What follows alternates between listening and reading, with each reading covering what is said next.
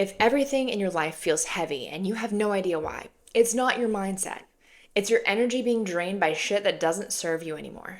Let's track it. You don't need another planner. You don't need a reset. You need to understand where the hell your energy is going. Because right now, you're exhausted. And you're probably blaming your discipline. But this isn't a discipline problem. This is an energy leak problem. And until you map what drains you and what actually fuels you, you're going to keep spinning your wheels. This isn't about optimizing your routine. There are plenty of those resources out there. This is about taking your power back from things you didn't realize were bleeding you out. This is another one of the first things I always do with my clients, because they often come to me drained, foggy, mired and bogged down, exhausted, stuck. They think they need a new goal, a new plan. They don't. They need to stop bleeding out in survival patterns that feel normal. Let me break it down for you. If you feel drained after conversations that you should enjoy, if the thing that you are good at leaves you exhausted, and if your schedule is packed, but none of it actually feeds you, none of it energizes you or boosts you, that is not chaos. That is a system. It is a system built for survival, but not sovereignty. And energy mapping is not woo-woo. It shows you exactly how that system works. Here's what I want you to do. For 7 days, track everything you do and label it. Yes, 7 days. And yes, everything. Label it. Not whether it's productive, not whether it's important. Label how it affects you. You'll use 3 categories. I'm keeping this a little bit simpler than I do with my clients. 1, drains me. These are things that leave you depleted, even if you should enjoy them. Again, we're writing down how things feel to us, how they actually feel. These are the things that leave you feeling tired, checked out, resentful. That's category 1. Category 2 is fuels me. So this is the positive one. This leaves you feeling more awake, more focused, more settled, more excited, even if it was hard. Category 2 is fuels me. And then 3, category 3, neutral, numbs me. So these are tasks that feel neutral, not necessarily a break, just not positive, not negative, just meh. Didn't actually restore anything. Usually this is stuff like scrolling, overworking, avoiding, pacifying. You get the drill. Don't justify any of this stuff. Don't fix it. Just track it. Then at the end of the week, we're going to count it up. Where are you spending most of your energy? Where is most of it getting bled out? That is your blueprint.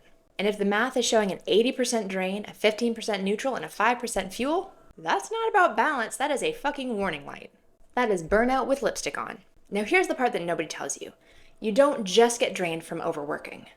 You also get drained from being out of alignment. You're drained because you've been agreeable when you don't want to be. You're smiling when you're actually pissed. You're overperforming because you don't want to feel like you're disappointing. And you're shrinking so that nobody thinks you're too much. That shit eats your energy like acid. And then even the things you're good at, this is the one that's hard to look at.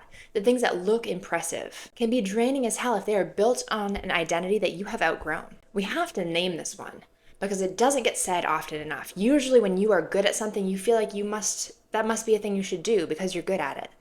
No, your competence does not mean that the thing you're doing is aligned. When you can finally stop filtering your life through obligation and start filtering it through what strengthens you, you can stop crashing.